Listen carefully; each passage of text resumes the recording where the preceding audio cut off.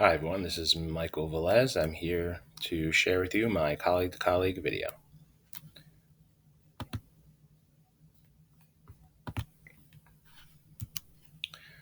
Um, the articles that I found were in regards to teaching physical education.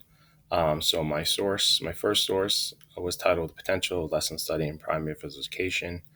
The three main points of the article focus on this being a primary school in Japan, a country where lesson study has been a key feature of teachers' professional development for more than a century.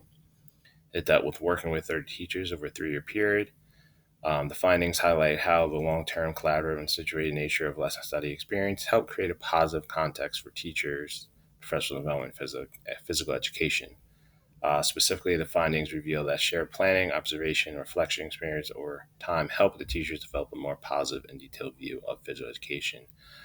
So, this more or less focus on professional development and how teachers um, can spend time, share planning, observing each other, reflecting on their experience together, really, giving them a more positive view on phys ed. Um, from experience, I could tell you that a lot of our PD sessions at the high school setting um, were not geared towards phys ed, and I think that needs to be more of an emphasis in um, elementary through high school. Have content driven PD so that it's not generalized for the teachers. Source two, planning physication from theory to practice. Three main points on this article is that planning and teaching physical education represent two of the most important and complex aspects of professional careers in this field. The aim is emphasizing the teacher's perception on the relationship between the content as planned in different documents and the real content proposed by them during class. From planning documents, they found out that the annual and semester plans seem to be the most useful. So this article kind of talked about, the unit planning, and then how you take those units and present them to your classes and your lessons. Um, the kind of the planning and the design and the standards, that's kind of all for us. Then we have to take information and turn that and gear it towards our students and make it relatable to them and for them. The third source, innovative teaching units applied to physical education, change in curriculum management for authentic outcomes. So this spoke about some of the issues related to students learning are raised as regards to the duration of a traditional teaching unit, as well as the total time amount of allocation decided dedicated to students learning based on previous psychological learning theories, as well as in-service teachers' experience. Four proposals of innovative teaching units are provided. It provides opportunities for significant and meaningful learning level in PE, which is not an easy task for teachers. And the main objective of the proposals is to provide students with substantial learning experience to accomplish authentic outcomes by planning PE classes.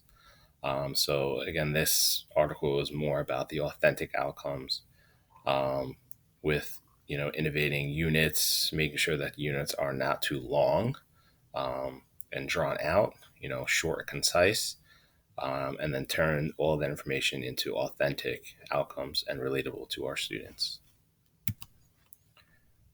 My conclusion after reviewing these articles, I quickly realized how important planning is at any level in physical education. Many other educators believe that we as PE teachers don't have to plan and we just roll the ball out. Um, I put that in there just because that's just how I really feel. I know there are a lot of teachers that don't.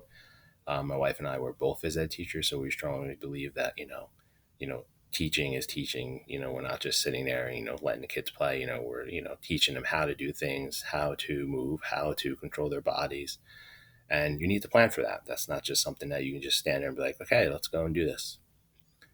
Um, as we plan our units, we also need to make sure that the information we present has authentic outcomes. You got to make it relatable, um, especially now with technology and teaching virtual.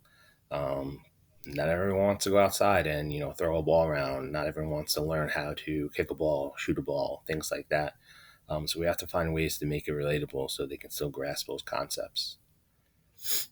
Um, As I progress in my teaching career, I've realized that more and more, being able to work collaboratively with peers will also help out students learn. We as educators must know how to plan correctly, but the true end goal is to make the content relatable and all of our students in some to all of our students in some capacity. Meaningful learning is the key to success. Um, I'll leave you with this, or many times, teaching a lesson, assume like, well, why do we need to know this, or why do we need to know how to throw a ball or catch a ball? And it's the same, conversation with a math teacher, with a student. Well, why do I need to know how to, do this, solve this problem?